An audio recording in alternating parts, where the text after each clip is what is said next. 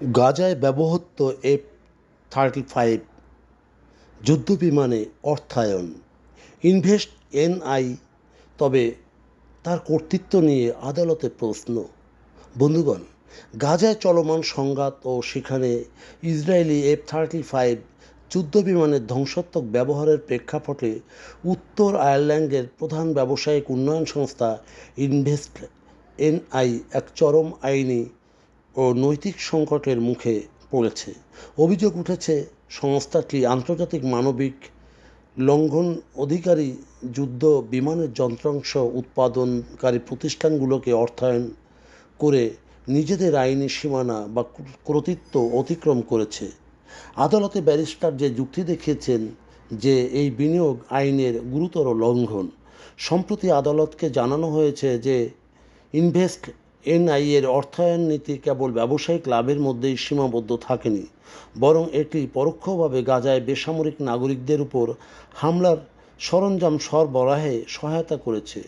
মামলার শুনানিতে একজন ব্যারিস্টার দাবি করেন, F-35 যুদ্ধবিমানের সাপ্লাই চেইনের সাথে যুক্ত সংস্থাগুলোকে সরকারি তহবিল দেওয়া ইনভেস্ট এনআই এর ক্ষমতার বাইরে, কারণ আন্তর্জাতিক আইন অনুযায়ী যেখানে মানবাধিকারের চরম লঙ্ঘনের আশঙ্কা থাকে সেখানে কোনো রাষ্ট্রীয় বা আধা রাষ্ট্রীয় সংস্থা সহায়তা প্রদান করতে পারে না। যা হোক, এখানে কয়েকটি গুরুত্বপূর্ণ প্রশ্ন সামনে এসে যায়। যেমন নৈতিক দায়বদ্ধতা। একটি অর্থনৈতিক উন্নয়ন সংস্থা কি কেবল কর্মসংস্থান বা মুনাফার দোহাই দিয়ে যুদ্ধ অপরাধে ব্যবহৃত হতে পারে এমন প্রযুক্তিতে বিনিয়োগ করতে পারে? গাজায় যেখানে হাজার হাজার বেসামরিক প্রাণহানি ঘটেছে সেখানে এই যুদ্ধবিমানের যন্ত্রাংশ তৈরিতে সহায়তা করাকে রক্তাক্ত মুনাফা হিসেবেই দেখছেন সমালোচকরা। আইনি সীমানা লঙ্ঘন।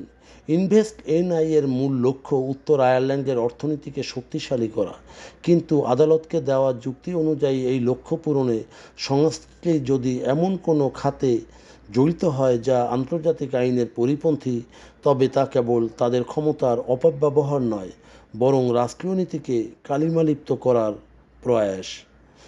স্বচ্ছতার অভাব। সরকারি অর্থায়নে পরিচালিত এই সংস্থাটি কিসের ভিত্তিতে কী ধরনের যাচাই বাছাইয়ের মাধ্যমে এই কোম্পানিগুলোকে অর্থায়ন করেছে তা নিয়ে বড় ধরনের ধোঁয়াশা রয়েছে। তবে গাজায় বোমাবর্ষণে ব্যবহৃত F-35 যুদ্ধবিমানের সাথে ইনভেস্ট এনআই এর সংশ্লিষ্টতা সংস্থাটির বিশ্বাসযোগ্যতাকে বড় ধরনের হুমকির মুখে ফেলেছে।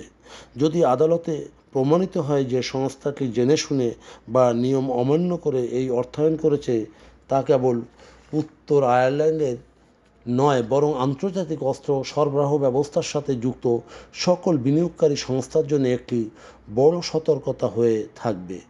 বিনিয়োগের চেয়ে জীবনের মূল্য যে অনেক বেশি, তা এই মামলাটি পুনরায় তা বুঝিয়ে দিল। প্রিয় বন্ধুগণ, যদি আমাদের এই তথ্য গল্প আপনার ভালো লাগে তাহলে লাইক এবং শেয়ার দিন, এবং আমাদের সঙ্গে যুক্ত থাকার জন্যে ধন্যবাদ। আমাদের ফলো দিন এবং সাবস্ক্রাইব করুন।